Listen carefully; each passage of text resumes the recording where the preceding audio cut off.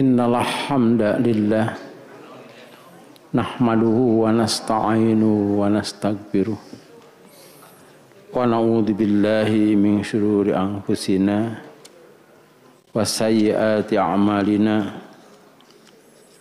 may yahdihillahu fala mudhillalah wa may yudlil fala hadiyalah.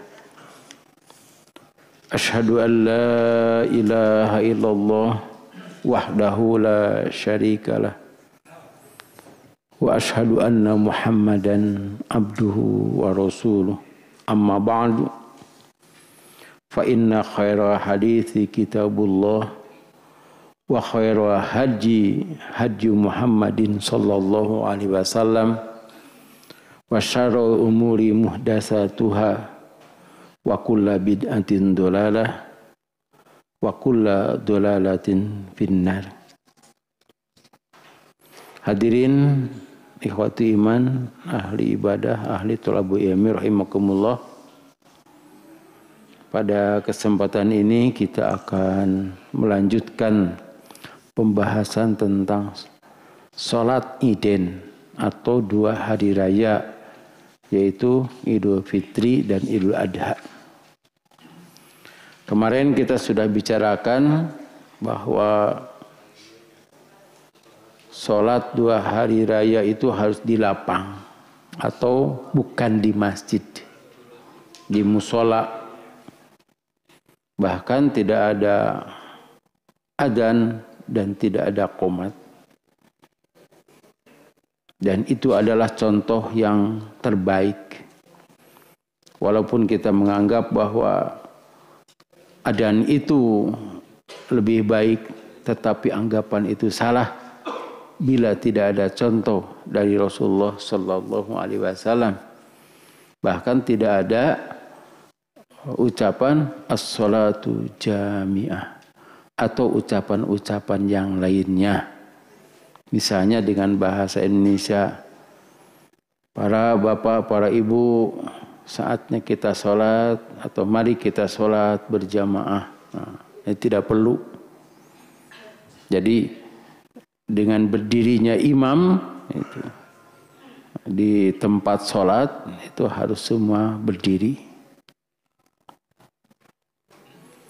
Sedangkan perempuan-perempuan yang tidak sholat atau terlarang sholat karena haid itu ditempatkan di tempat yang khusus.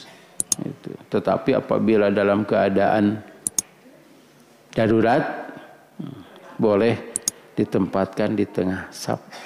Misalnya daruratnya kudu ngasuh dan sebagainya. Hadis yang akan kita pelajari pada kesempatan ini adalah hadis nomor 517.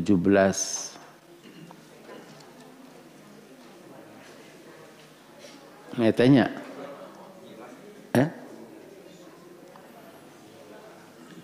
An Abi Sa'idin radhiyallahu anhu qala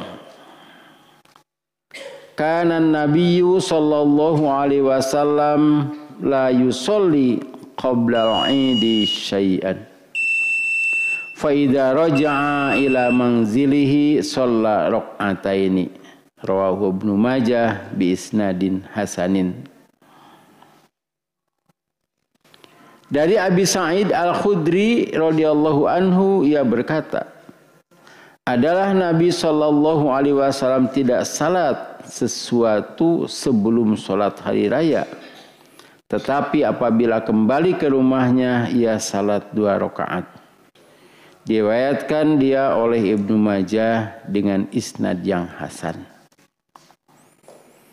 Di sini ada keterangan salat 2 rakaat di rumahnya. Ada beberapa hal yang harus kita perhatikan.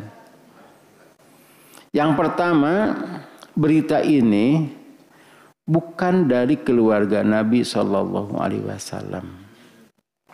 Yang biasanya yang bercerita itu istri Rasulullah SAW. Yang paling terkenal adalah Aisyah, kemudian Ummu Salamah, gitu, yang menjadi perawi-perawi hadis. Justru ini adalah Abu Sa'id Al-Khudri. Mungkin saja Abu Sa'id Al-Khudri itu tidak melihat langsung apa yang dilakukan oleh Rasulullah SAW di rumahnya. Ini mungkin ada berita dari istrinya. Atau kadang-kadang para sahabat itu penasaran apa yang dilakukan Rasulullah SAW di rumah.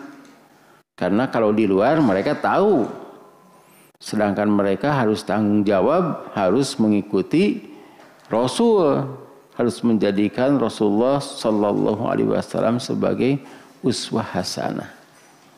Karena itu banyak yang bertanya, khususnya kepada Aisyah radhiyallahu anha. Bahkan ada yang bertanya, bagaimana sholat Rasulullah pada malam hari? Bagaimana, apakah Rasulullah itu siam atau tidak? Bahkan mereka menyatakan bahwa Rasulullah Sallallahu Alaihi Wasallam ibadahnya kurang. Sampai berani begitu, ibadahnya kurang. Kemudian mereka diskusi, mengapa kurang? Karena Rasulullah Sallallahu Alaihi Wasallam itu sudah dijamin masuk surga. Rasulullah Sallallahu Alaihi Wasallam itu sudah diampuni dosanya, walaupun tidak punya dosa. Itu dalam surat Al-Fatihah. Liyaghfiralakallahu ma taqaddama min dzambika wa ma ta'akhkhara. Dibukanya atau ditaklukkannya Mekah itu adalah sebagai anugerah kepada Rasulullah, diampuni dosa yang lalu dan dosa yang akan datang. Kemudian Aisyah bertanya kepada Rasulullah Sallallahu Alaihi Wasallam, Paduka itu kan sudah diampuni dosanya, sudah dijamin masuk surga, tapi kunaon masih kena sholat. Nah, kata Rasulullah, ini adalah sebagai rasa syukur saya kepada Allah Subhanahu Wa Taala. Namun orang dia terus dijamin asup ke surga, mah kana neraka kira-kira kumaha?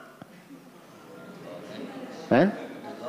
Ada gawangnya, daya nangis sararese di piwarang tahajud deh. Seur alasan.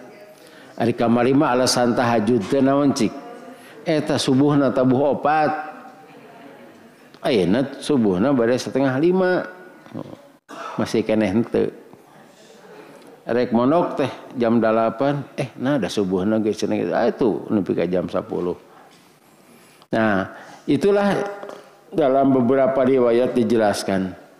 Sehingga Rasulullah Shallallahu alaihi wasallam mendengar pertanyaan para sahabat kepada Aisyah dan mereka berjanji akan menambah ibadah, akan sholat sepanjang malam.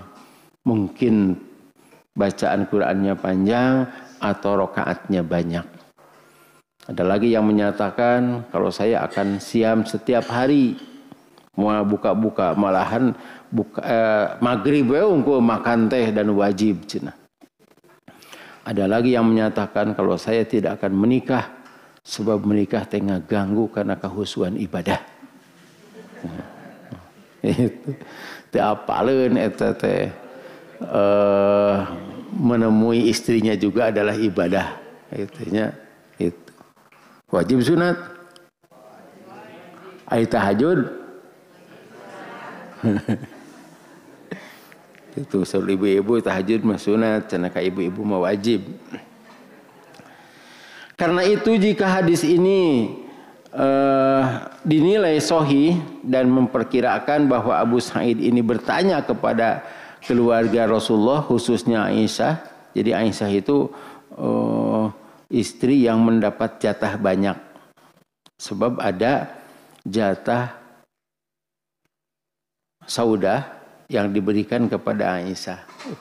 Hadir bagi pisan. Nah, kemudian jika itu memang dinilai sahih, maka yang dimaksud di sini adalah sholat duha. Dan sholat duha itu di rumah.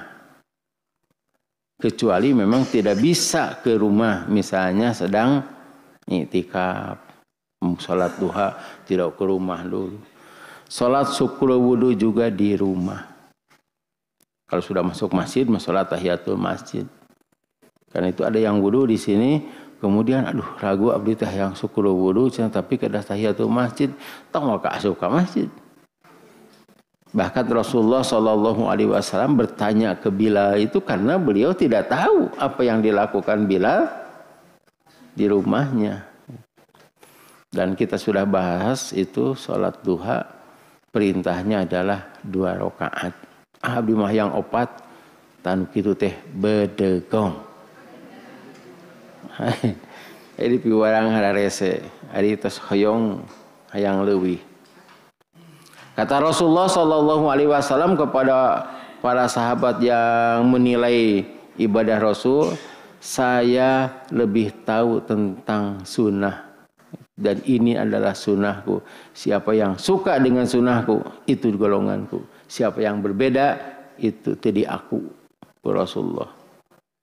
Saya sholat, saya tidur, tuh artinya dua nana tetenya. Nya tidur ongko, sholat ongko, ulang ki moal cenah moal sare aya mah teu kengeng. Saya juga saum, saya juga buka. Kadang-kadang Rasulullah SAW niat saum sunat, ternyata aya nu ngirim gule, buka. Urang mah saum, teu aya we nu ngirim. Nah, kemudian kata Rasulullah bahkan saya menikahi istri-istri, jadi artinya bukan satu. Nah, suka diambil ku bapak-bapak teh sunnah Rasul teh nu terakhir.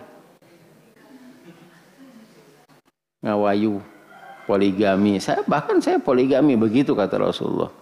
Bukan hanya satu istri. Tah eta disebut sunnah teh pada tilu tadi teh. Tahajud ngawengi, saum sunat rajin gitu. Kemudian menikah. Tah nu ieu mah tara nu dua nama. Tapi kade bapak-bapak pemitos rajin tahajud ngawengi, sering saum sunat, kantun hiji deui. Hadirin ikhwati iman rahimakumullah, itulah menempatkan hadis ini. Jadi kalau dilihat dari riwayatnya begitu, kita merasa ragu karena beritanya ini bukan dari keluarga Rasul, yang biasanya justru Aisyah itu memberitahukan tanpa ditanya juga. Aisyah itu memberitahukan apa yang dilakukan oleh Rasulullah SAW.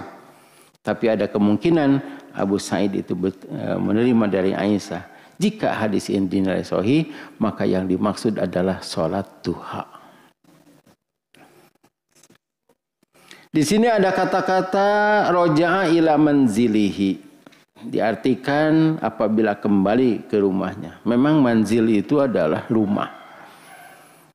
Rumah itu banyak, ada bahasa Arabnya. Baitun rumah, darun rumah, manzil juga rumah. Gitu. Tapi kadang-kadang manzil itu diartikan tempat singgah. Tapi di sini diartikan rumah. Dan apabila disebut tempat singgah, singgah ke mana Rasulullah SAW itu? Apakah singgah ke masjid atau tidak? Tapi yang jelas ini sholatnya bukan di masjid. Hadis nomor 518.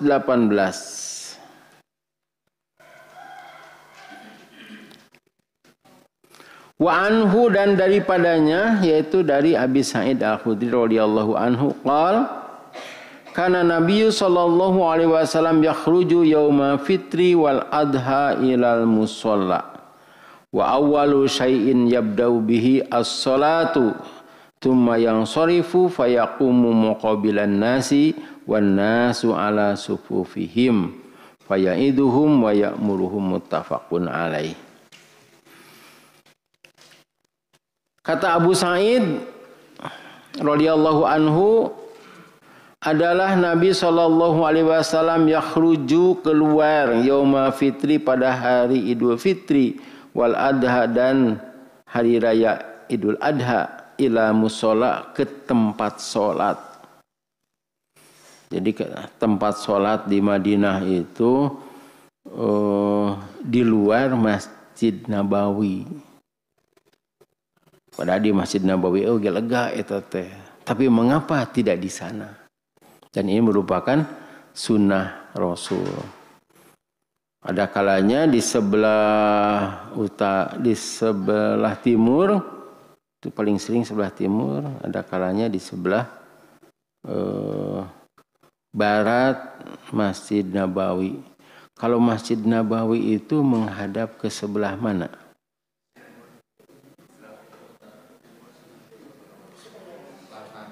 Ke sebelah selatan.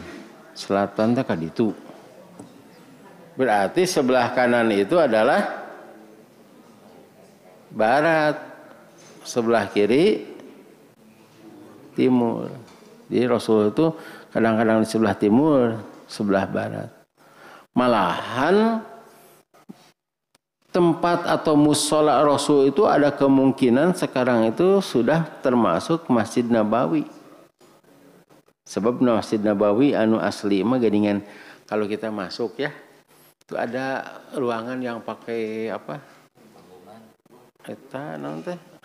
Yang pakai tenda, bukan, yang pakai tenda kan bolong luhurna teh. Nah, itulah masjid yang aslinya itu. Nah, sekarang kalau kita masuk itu jauh ke sana itu. Yang ada di sana tuh nama Abu Bakar, Umar, Utsman, Abu Hurairah, siapa lagi tuh? Ada nama-nama para sahabat di sana itu. Nah, kemudian kesininya Raudhah.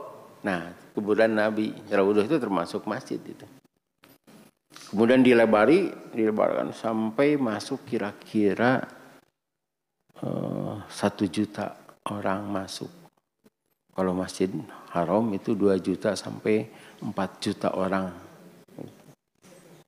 Itu masjid terbesar di Asia.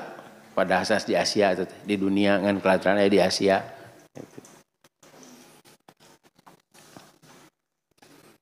Jadi bahkan ada tempat sholatnya dijadikan masjid, tetapi kita tidak boleh sholat di sana kecuali memang tekaburu itu ke Masjid Nabawi. Bahkan pada saat itu terjadi panas gitu ya. Kemudian Allah Subhanahu wa taala menaungi dengan awan teh bahasa Arabna teh gomam. Didirikan masjid di sana teh. Masjidnya Masjid Al-Gomam. Kayaknya urang kali itunya. Ya, Pak Abdi diajak pasal kata harita geuningan Pak Haji urang Arab nerangkeunnya abdi penterjemah geuningan eta teh Masjid Gomam. Eta teh kapunggul teh kantos dianggo salat Id atau musolanya itu. Ibu-ibu mah apana teh kabelah wetan. Belah wetan mah eta mah pasar korma. Atanapi di palih utara. Ibu-ibu mah sabab assalamualaikum itu aya toko apa. Bapak-bapak mah kuper. Sanes kuper menahan diri. Margi upami dianteur. Bapak-bapak anu balanjana. Itu musola, dan di sini juga menunjukkan bahwa ini menjadi sunnah. Sanes teu kagungan masjid urang teh gitu. Tapi da contohna kitu di musola. Bahkan harus di lapang terbuka. Sebab itu menjadi syiar. Tapi mengapa sekarang di Masjid Nabawi dan di Masjid Haram? Itu ada 2 alasan. Kalau di Masjid Haram itu dibolehkan, sebab itu juga lapang terbuka ya di dalamnya. Dan mungkin juga tidak ada tempat yang lebih strategis dan lebih bersih kecuali di masjid. Sebab Masjid Haram bakal pinuh Pak, kecuali di tempat yang jauh dari Masjid Haram. Kemudian di Masjid Nabawi juga begitu, mungkin juga di halaman masjid. Kita pegang hadis ini, ulah ngahajakeun di masjid kan aya bapak-bapaknya di masjid, ibu-ibunya di luar gitu. Takbirnya juga kurang naon teh. Ya, jadi kalau di luar pun Allahu Akbar, Allahu Akbar. Wah, ningali langit teh nya atuh. Allah ta akbar kitu mah aya langitnya eta teganya na ku bahaya anu teh gaya mah di bape aya gambar awan atau kirang pas. Wa awwalu syai'in yabda'u bihi as-salat, dan yang pertama kali dilakukan oleh Rasulullah SAW adalah salat. Maksudnya bukan khutbah dulu. Bahkan tidak ada pengumuman-pengumuman. Zaman ayeuna mah gampil ya, pengumuman mah di-share we di WA. Jadi kalau ada pengumuman biasanya pengumuman itu tentang kencreng itu teh. Tempelkeun we gitu di itu. Margi diumumkeun oge jumlah artosna kencreng teh moal apa? Kan sanggup nya mimitina we wungkul 2 miliar cenah gitu. Kaditu nama teh apa teh. Ai kitu mah, "Ieu mana laporanna?" Mangga cenah kitu. Dan ada yang teu ngeuh teh naon. Iya. Ya, tidak peduli gitu, sabaraha pokoknya saya sudah sedekah. Nah, itu kan ada orang-orang seperti itu. Jadi harus sholat.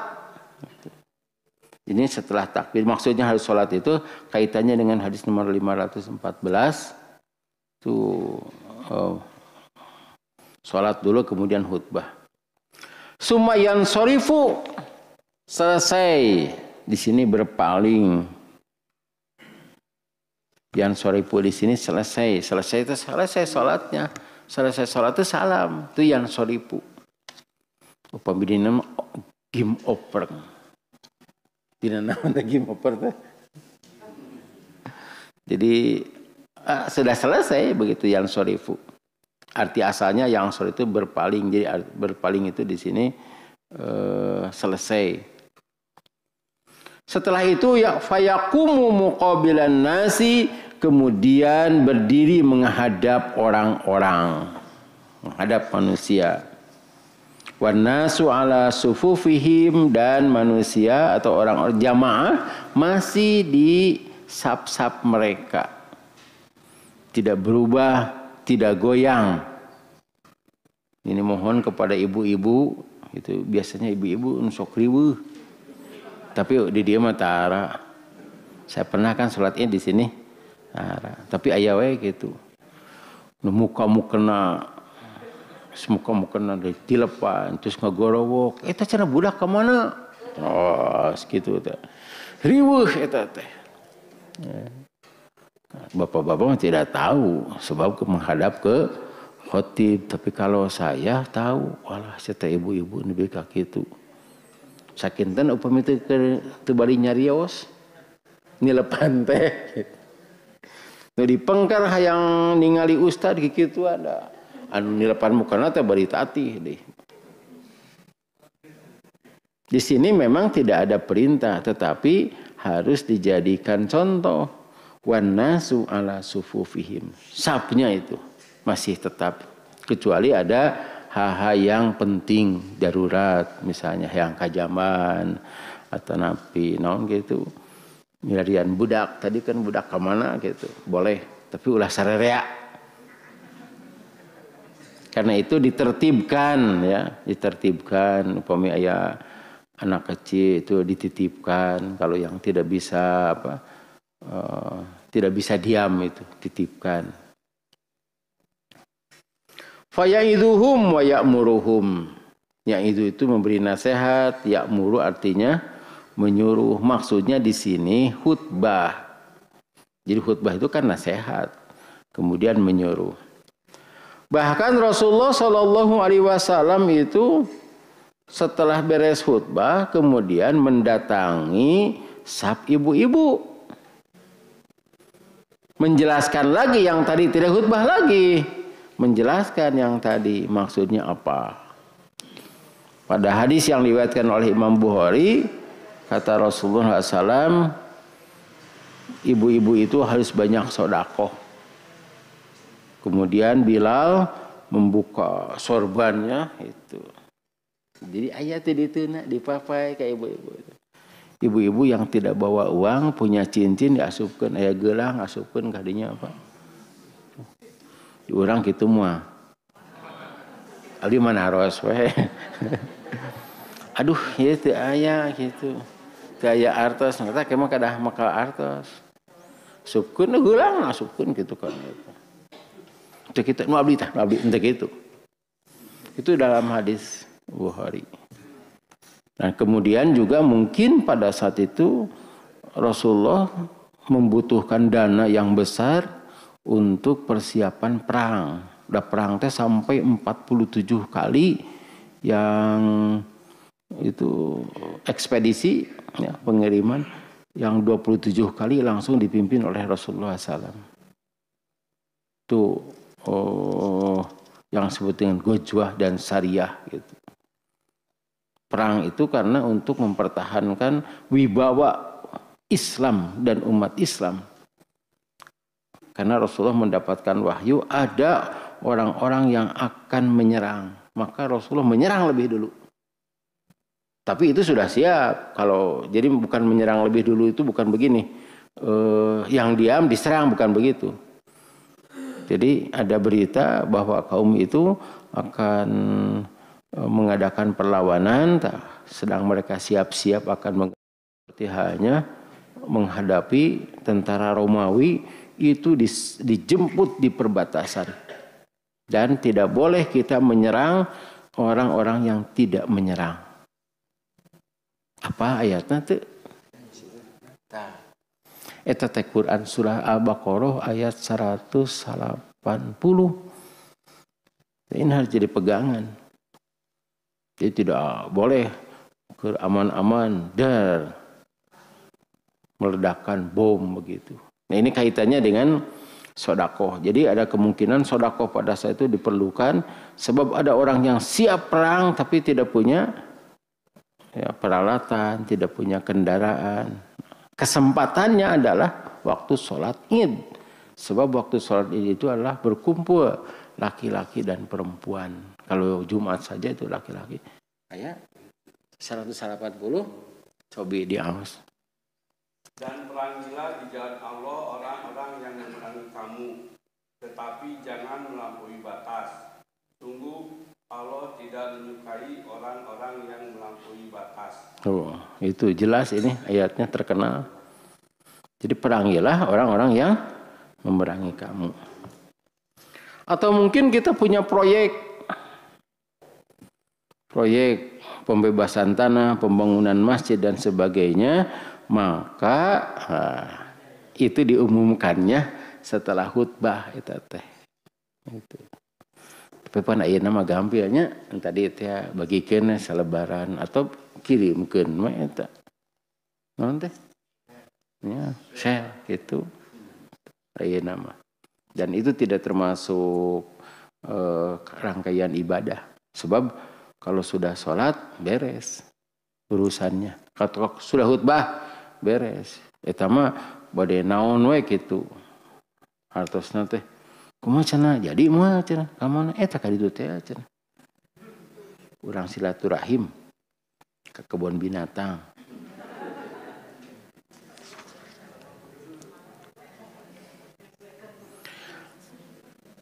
Hadis nomor 519. An Amr ibn Shu'aib an abihi an jaddihi qala radhiyallahu anhum qala Nabiullah sallallahu alaihi wasallam at-takbiru fil fitri sab'un fil ula wa khamsun fil ukhra wa qira'atu ba'dahuma qiyataihima akhrajahu Abu Dawud wa naqala Tirmidzi an Bukhari tashihahu. Dari Amir bin Shu'aib, dari bapaknya, dari datuknya. Kalau bapaknya apanya Shu'aib, tapi datuknya siapa ini? Dia berkata, telah bersabda Nabi SAW, takbir pada hari fitri adalah 7 di rakaat pertama dan di rakaat kedua 5 dan bacaan itu sesudah kedua-duanya. Diriwayatkan oleh Abu Dawud dan Tirmidzi. At-Tirmidzi itu menukil pentasihan Bukhari terhadap hadis itu. Jadi Imam Bukhari tidak meriwayatkan hadis ini, tetapi Imam Bukhari menyetujui dan berpendapat sama Sebab ada yang meragukan hadis ini sehingga takbirnya 1 kali. Ada yang meragukan. Bahkan saya pernah diutus oleh Persis untuk berdiskusi dengan itu. Ada kata-kata Bukhari menyatakan begini, wa fihi nazarun. Nazarun itu hadis ini perlu diteliti lagi. Karena informasi belum datang semua ya, tidak seperti sekarang. Informasi itu. Imam Bukhari, karena gara-gara Imam Bukhari tidak meriwayatkan hadis itu, bahkan Imam Bukhari menyatakan hadis ini harus diteliti lagi. Jika kata-kata Imam Bukhari harus diteliti lagi, bukan berarti hadis itu dhaif.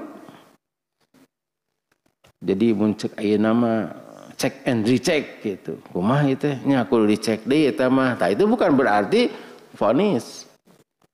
Tapi ada yang menyatakan Imam Bukhari juga tidak meriwayatkan padahal beliau tahu sehingga ada takbirnya 1 kali. Jadi seperti sholat subuh atau sholat sunat 2 rakaat. Ini takbir 1 kali kemudian membaca doa iftitah kemudian baca Al-Fatihah. Nah, di sini para ulama menetapkan 75. Nah, kade 75 dina salat Id mah takbirna 7, nu kahiji, nu kadua 5. Benten yang angkot. Gitu. Ayeuna duka aya kana simkuring teu naik angkot. 75 boleh di 7 boleh dia 5. Nah, ini menunjukkan bahwa yang 7 itu termasuk takbiratul ihram. Dan tidak ada bacaan antara takbir-takbir itu. Hanya Allahu Akbar. Hanya itu. Ada memang berita yang setelah takbir kahiji kudu maca ieu, takbir kedua kudu maca ieu gitu. Simkuring itu apa? Memang tidak diperintahkan begitu. Kalau diperintahkan begitu diapalkeun. Dan takbir yang kelima itu takbir yang rakaat kedua 5 kali termasuk intiqal atau takbir dari sujud. Setelah sujud Allahu Akbar. Nah, itu masuk rakaat kedua 5 kali. Dan ini harus dihitung. Ulah kieu. Nah, ulang gitu. Cek makmum teh hak sia cenah. Aya apaan gitu. Ulang we gitu. Ngantosan subhanallah kumaha ngawartosanan nya. Eta mah wajib dihitung, tapi dihitungna dalam hate atau kitu we diisyarat Allahu Akbar jempol gitu. Ulah kitu Allahu Akbar. Nu kadua gitu, nu katilu gitu. Wajib dihitung dan imam wajib sadar. Mungkin tong gancang. Jadi imam teh aduh nya tanggung jawab itu besar. Hiji rakaat, nu kadua bacaan, kudahnya gitu. Kadang-kadang mah terlalu fokus kadinya tungtung nama hilap. Fokus karena tajwid hilap itu teh bacaan Quran teh. Itu tanggung jawab imam. Sebab saya pernah sholat taraweh di Margawangi kali itu. Ragu-ragu duka 4, duka 3 ieu teh taraweh teh. Terus salam tah. Naraos ka bapak-bapak ibu-ibu, dieu teh 3 4. Mah ustad we cenah. Berarti makmum mah terus atas masrahkeun urusan. Itu. Kumaha supir gitu. Oh ya tahu ge sebab susah untuk memberitahukannya. Bila aku memberitahukan, hiji deui, gitu. Kudu sadar ya. Kalaupun lupa menjadi 8, tidak ada masalah. Pan salatna ge sunat. Karena itu maaf ini bagi orang-orang yang sudah tua. Ya. Sedang tua. Kalau sedang tua mah tua, ini sudah tua mah tuh. Saya pernah bertanya ke bapak saya itu, Ustaz Suhada. Pak cenah kunaon teh jadi khotib deui padahal gitu. Geus loba poho cenah gitu. Sok ayeuna mah cenah gitu ngarora. Tapi aya eta orang tua keugeuh we ka hareup. Atuh poho eta anu 75 teh. Ya memang ya usia berapa 60 ke sana kan sudah banyak lupa. Saya sendiri itu sudah banyak lupa bacaan-bacaan Quran teh. Yang sering lupa itu tungtungna ieu teh aliman hakima, ajijan hakima, ieu teh Ghafurur Rahim atau wallahu Ghafurur Rahim atau innallaha Ghafurur Rahim nah itu. Itu di akhirnya awana weh. Tengah. Karena itu di sini dituntut imam itu anu pres dan jangan ditekan. Kan aya imam ditekan, Pak. Sampai terkena namanya. Jadi imam itu kan imam ini jadi khatib juga ini imam, ya. Itu misah. Itu imam harus mempersiapkan khutbah. Hari ieu bojona teh, Pak cenah. Dana lebaran, cenah kue lebaran, gitu we nyariosna teh. Bahasa Arabna kue lebaran teh daqiqul Aid. Daqiq teh tipung tarigu, id teh hari raya. Jadi memang ibu-ibu ada naon teh? Ada perasaan lamun teu rame tidak ada makanan teh asa teu lebaran gitu. Ye nu nagih ka ustad nagihna teh. Sampai dalam khutbahnya itu masuk itu perkataan istrinya. Nu dipikirkeun teh daqiqul id. Lain ibadah, lain hariwangku ku ibadah dina bulan Ramadan. Lain hariwang ibadah teu ditarima lain. Nu dipikirkeun teh kue lebaran. Jadi tungtung nama ngobahas eta. Ayo gitu. Ini ceritanya. Sampai Ustad eta teh dikenal weh Ibnu Daqiqil Aid, seorang perawi dan seorang ulama terkenal. Itu ada dalam kitab, Pak. Nama saya itu. Jangan diganti. Jadi si jamaah teh majukeun eta mah cenah Ustadz kue lebaran cenah gitu. Tapi dia tidak merasa hina, justru ini harus jadi perhatian. Saya juga tidak tahu nama aslinya. Ya, kalau dalam kitab teh qala daqiqul aid sampai begitu. Siga Abu Hurairah tidak terkenal nama aslinya. Kan kulo sok ngorek anak ucing bikang. Nah, jadi Abu Hurairah ku Rasulullah teh ya abahir gitu. Karena itu istri-istri ustad harus mendukung ke ustad. Nu ngadukung teh istri ustad atau jamaah? Jamaah, jangan sampai ustad itu khutbahkan kamari kene cenah gitu. Sebab ustadnya sibuk mencari nafkah. Ini termasuk juga khutbah Jumat ini. Kalau khutbah Jumat atau ustad-ustad di Bandung itu sejahtera. Tapi coba di perkampungan. Di sakampung eta teh ustadna eta ngajumaah kudu eta gitu.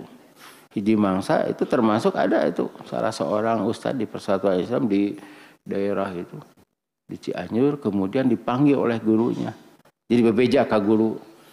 Abdi teh bade liren jadi ustad teh. Kahartos keneh icalan gitu. Pan teu dicarekan ku guruna teh. Bari diusapan sirahna sing sabar gitu.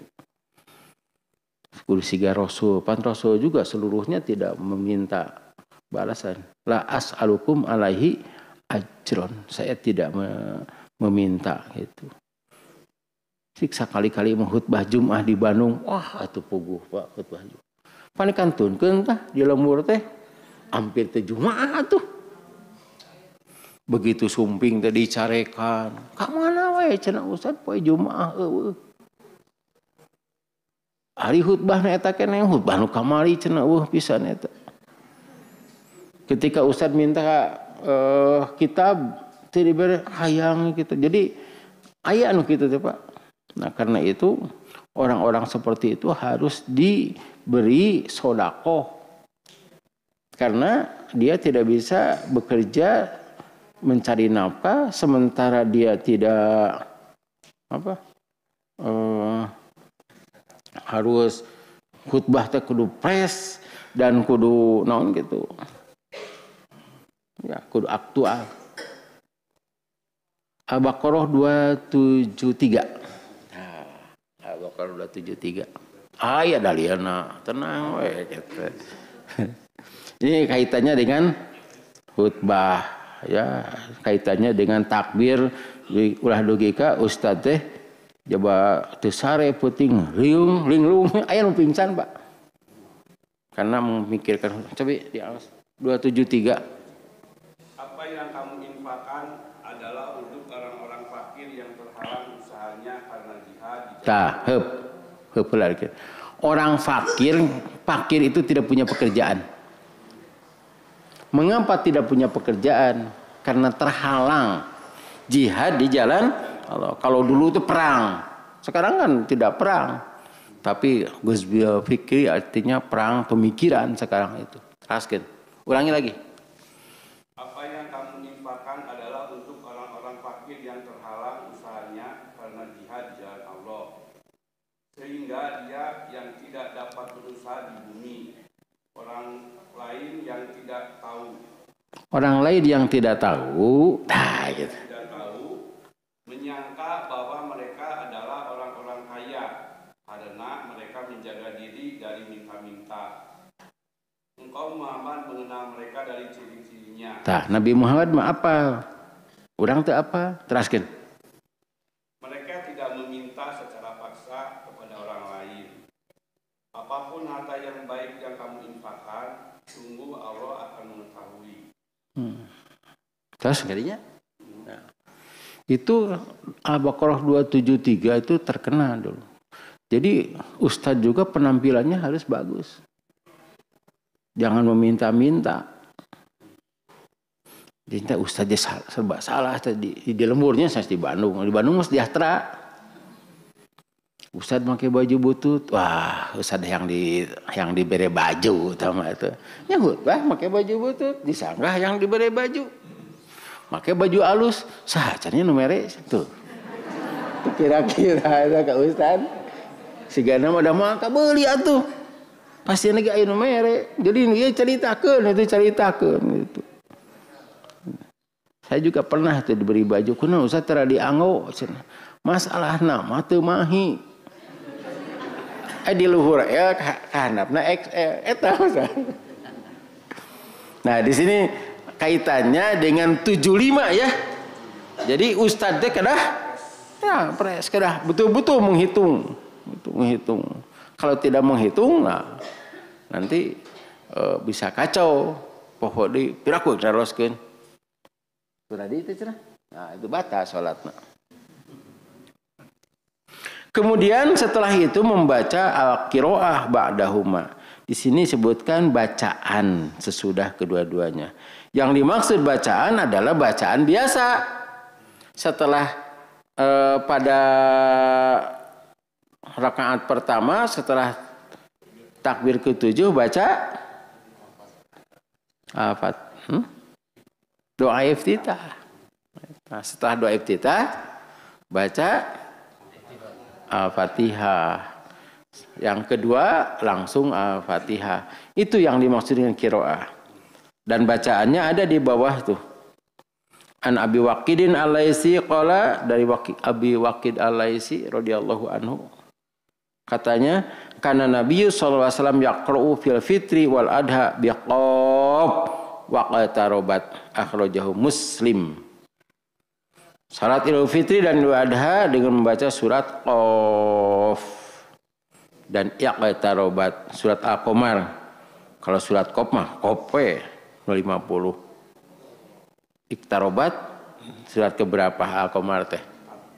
54. Tapi ini bukan merupakan keharusan. Jangan sampai aya ustad nu teu apa ieu teu jadi salat idna. Padahal pada yang lain Rasulullah itu membaca ada ya di sini surat non Al-A'la dan Al-Ghasyiyah. Jadi bukan berarti ini harus itu. Hanya yang disaksikan oleh Al-Waqid Al-Laisi itu surat Qauf dan Iqtarabat. Itu panjang teteh Pak. Jadi upami panjang beda panjang di urang sareng panjang zaman Rasul. Zaman Rasul mah eta teh ponok. Urang mah nyebatna teh panjang ya kumaha kebiasaan. Kita baca nomor 482.